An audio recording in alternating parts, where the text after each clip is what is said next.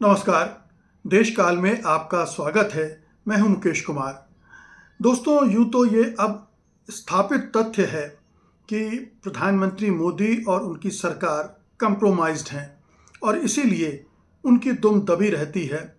वो अमेरिका कुछ भी कहे, कुछ भी कर ले, वो चुप रहते हैं, खामोश रहते हैं, उनकी कोई प्रतिक्रिया नहीं आती है। ये हमने अभी जिस तरह से डोनाल्ड ट्रंप ने एक रेडियो होस्ट का पत्र शेयर किया था और उसमें उसने जो जो बातें कही थीं, उसका जवाब न दिए जाने से भी सिद्ध हो गया, स्थापित हो गया कि प्रधानमंत्री मोदी, राष्ट्रपति द्रौपदी मुर्मू और पूरी सरकार किस तरह से कंप्रोमाइज्ड है। और उसमें इतनी भी रीढ़ की हड्डी नहीं है, इतनी भी हिम्मत नहीं है कि इस तरह के अल्फाज भारत के बारे में, भारतवासियों के बारे में जब प्रयोग किए जा रहे हों तो उसका प्रतिवाद भी कर दे, उसका विरोध भी कर दे। एक भी चीज़ उसकी तरफ से नहीं हुई। केवल मिनिस्ट्री ऑफ एक्सटर्नल अफेयर्स की तरफ से एक हल्की सी टिप्पणी आई, उसमें प्रतिवाद प्रतिरोध नहीं था, सफाई जैसी थी। बल्कि उससे कहीं ज़्यादा बढ़ के तो ईरान ने भारत का साथ दिया। ईरान ने भारत को बेहतर मुल्क के रूप में पेश किया, वीडियो शेयर करके, और सब लोग उसकी तारीफ भी कर रहे हैं कि ऐसी स्थिति में जब भारत ईरान के बजाय इजराइल के साथ खड़ा है, अमेरिका के साथ खड़ा है इस जंग के माहौल में भी, तब भी ईरान भारत की कदर कर रहा है, भारत की तरफदारी कर रहा है। भारत और ईरान दोनों पुरानी सभ्यता वाले मुल्क हैं, ये बताकर ये साबित कर रहा है कि उसके बारे में या उनके बारे में अमेरिका जिस तरह की बयानबाजी कर रहा है या डोनाल्ड ट्रंप ने जो किया है वो बहुत शर्मनाक है, बहुत खेदजनक है। और इस पर पूरे देश को उबलना चाहिए, गुस्सा होना चाहिए, आक्रोशित होना चाहिए और सरकार पर दबाव बनाना चाहिए। लेकिन इस समय ये देश ऐसा लगता है कि किसी मदहोशी से गुजर रहा है, उसको कोई अफीम दे दी गई है और वो प्रतिवाद नहीं करता, चुपचाप अंधभक्तों की तरह, गुलामों की तरह सब कुछ स्वीकार करता रहता है। बहरहाल, इससे भी बड़ी बात एक और हो गई है जो आज की इस चर्चा का केंद्र है, और वो ये है कि जो बीजेपी के एक प्रमुख नेता हैं राम माधव, जो कि बाहर से आयातित नेता नहीं हैं कि कांग्रेस से आए हैं या किसी दूसरी पार्टी से आए हैं, वो खाँटी आरएसएस के नेता हैं, आरएसएस में पले बढ़े और बीजेपी के नेता हैं।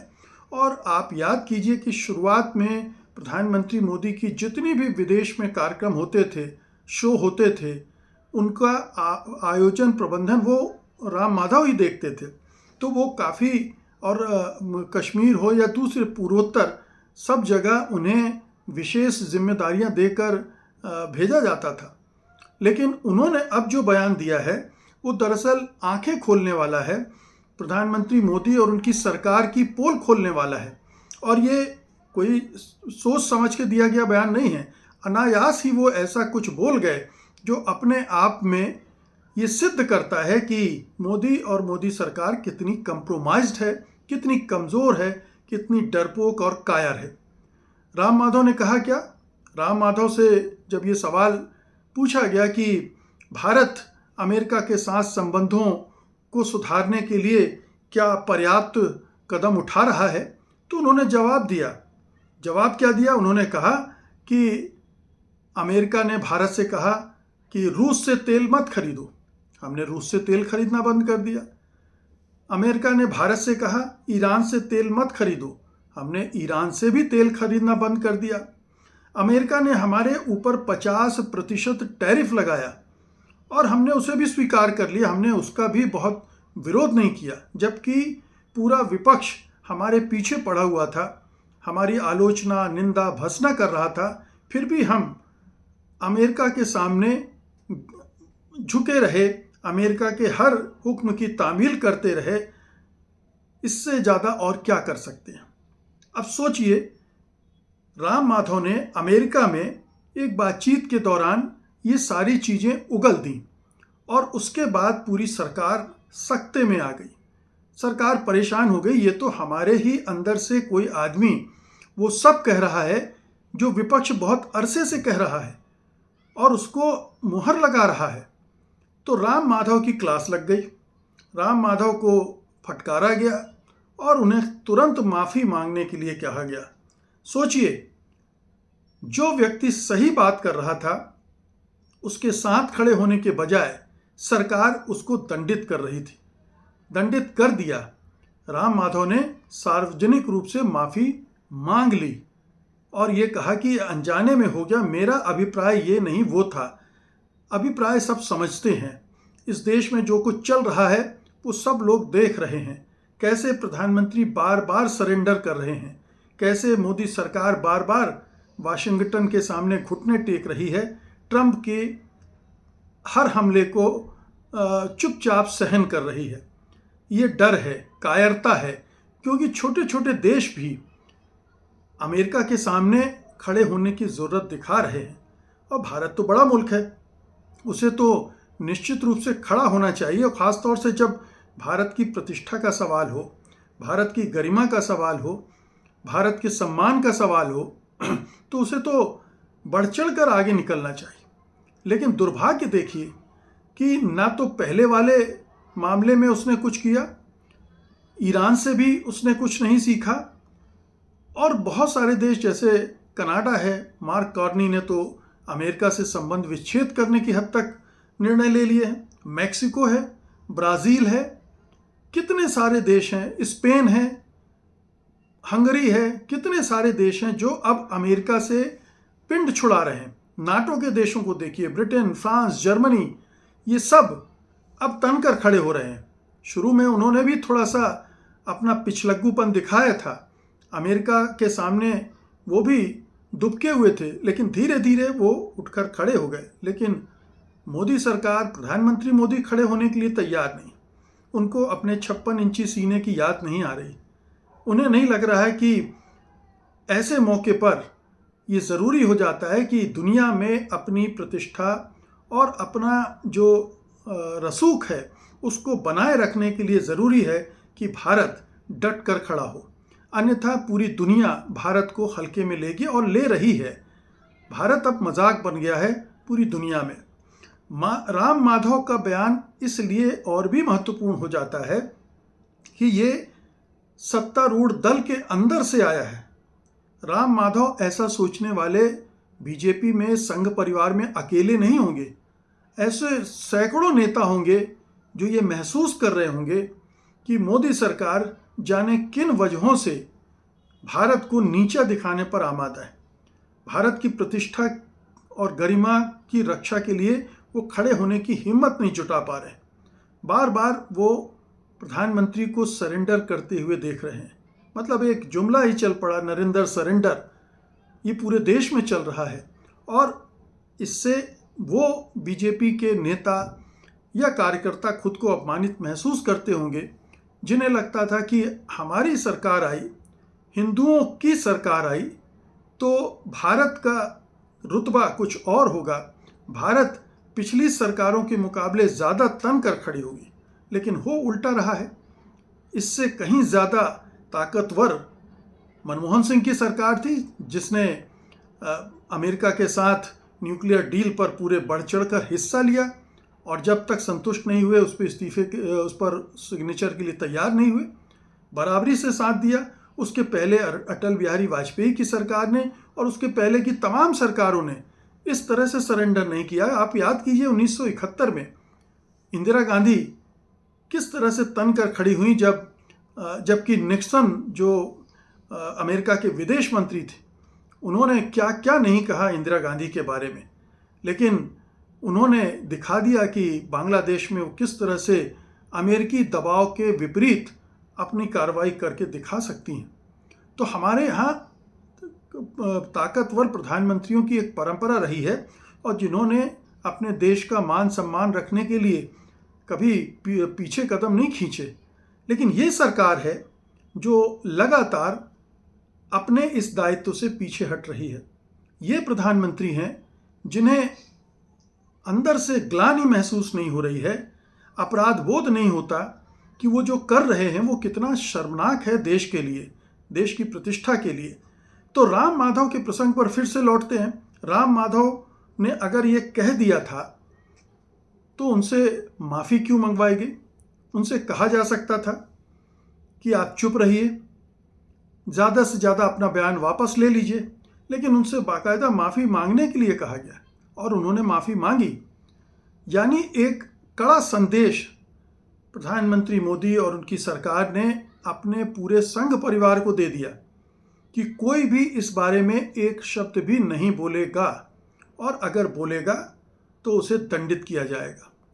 ये एक तरह का हिटलरी फरमान है, हिटलरी तरीका है जो पार्टी के अंदर किसी भी तरह की लोकतांत्रिक खुलेपन की गुंजाइश नहीं रहने देता है, जो अभिव्यक्ति की स्वतंत्रता को कुचल देता है अपने जूतों से।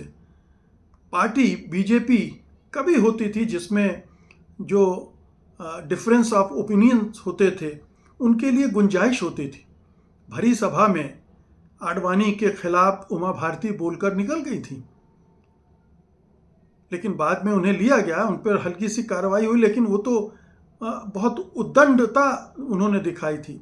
यहाँ तो ऐसा कुछ नहीं था, उन्होंने तो सीधी सादी बात कही थी जो कि सच्चाई भी थी, लेकिन उस पर तो प्रधानमंत्री टूट पड़े। लेकिन जो कुछ ट्रंप ने एक रेडियो होस्ट के पत्र के जरिए संदेश दिया, एक नस्लवादी संदेश, उस पर तो कुछ नहीं बोले। कुछ ये ट्रंप से ये भी नहीं कहा कि उस लेटर को आप खारिज कर दीजिए, उस ट्वीट को डिलीट कर दीजिए। अमेरिका में रहने वाले भारतीय सांसद इससे पुरजोर तरीके से ट्रंप की लानत मलामत कर रहे हैं, उनका विरोध कर रहे हैं, उनसे मांग कर रहे हैं कि आप अपना ये ट्वीट हटाइए, डिलीट कीजिए। वहाँ के जो हिंदू संगठन हैं अमेरिका के, उन्होंने मांग की है ट्रंप से। लेकिन अमेरिका में रहने वाले 50 लाख भारतीयों के प्रति क्या मोदी सरकार की कोई जिम्मेदारी है? या फिर हम यहाँ इस निष्कर्ष पर पहुँचे कि दरअसल ये संघ परिवार से निकले जितने भी संगठन और नेता होते हैं वे सब चरित्र से दोहरे होते हैं, दिखाने के लिए बड़ी बड़ी बातें, करने के लिए दम नहीं होता है, अंदर से बहुत कमज़ोर और कायर होते हैं। जब मामूली से लोग सामने होते हैं, मसलन अल्पसंख्यक सामने होते हैं, दलित सामने होते हैं, तो उन पर वो अपनी ज़ोर आजमाइश करते हैं, उनकी लिंचिंग तक कर डालते हैं, दंगों में उनको मार डालते हैं, उनकी सिटीजनशिप छीनने की कोशिश करते हैं। लेकिन जब अमेरिका या चीन दबाव डालता है, कोई बड़ा देश, कोई बड़ी ताकत सामने खड़ी हो जाती है, तो प्रधानमंत्री की घिक्की बन जाती है। तब वो कहते हैं कि ना कोई आया था, ना कोई घुसा है, ना कोई है, जबकि सब जानते हैं कि चीन घुसा था और उसने भारतीय ज़मीन पर कब्जा भी किया था, लेकिन उससे साफ मुकर जाते हैं। कोरोना के समय भी उन्होंने यही किया था और बार बार वो यही कह रहे हैं, और इसीलिए राहुल गांधी और दूसरे विपक्षी नेता बार बार ये दोहराते हैं कि वो कंप्रोमाइज्ड हैं। कंप्रोमाइज क्यों हैं, कैसे हैं, इस पर मैं आज नहीं जाना चाहता हूँ। हम सब जानते हैं कि किन किन वजहों से प्रधानमंत्री कमज़ोर नज़र आते हैं, ख़ास तौर पर अमेरिका के को लेकर। उनके वैचारिक मित्र भी हो सकते हैं, क्योंकि वो भी नस्लवादी, ये भी नस्लवादी। उनकी निगाह में गोरे श्रेष्ठ हैं, इनकी निगाह में हिंदू श्रेष्ठ हैं। ये दोनों का सोच एक तरह का है। और यहूदी नस्लिज्म को भी, यही जो ज्ञानवादी है, उसको भी इसीलिए ये पसंद करते हैं कि यहूदी मानते हैं कि वो श्रेष्ठतम नस्ल के लोग हैं और वो मुसलमानों का कत्ले आम करते हैं। तो ये एक दोहरा चरित्र है जो हमें देखने को मिलता है, और वो ट्रंप का जो लेटर था, जो ट्वीट किया था, उसके मामले में भी दिखता है। और अब राम माधव ने जो कुछ कहा है उसके लिए उनको माफ़ी मांगने के लिए विवश करने में भी इसकी झलक मिलती है। तो बहुत साफ है कि इस सरकार से आप उम्मीद नहीं रख सकते हैं कि ये देश की प्रतिष्ठा और मान को कायम रखने के लिए तनकर कभी खड़ी होगी। ये तुरंत झुक जाएगी, तुरंत समर्पण कर देगी और प्रधानमंत्री मोदी इस पूरी सरकार को करेक्टराइज करते हैं, वही उसको लीड कर रहे हैं। उन्हीं के नेतृत्व में ये सब हमें देखने को मिल रहा है। बहुत बहुत शुक्रिया आपका। धन्यवाद। नमस्कार।